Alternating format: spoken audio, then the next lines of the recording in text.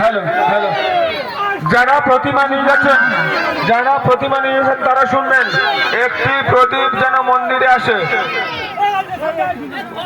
প্রতিমা নিয়ে যান এবং আপনারা শুনবেন, একটি প্রদীপ যেন মন্দিরে আসে। একটি প্রদীপ মাত্র একটি প্রদীপ যেন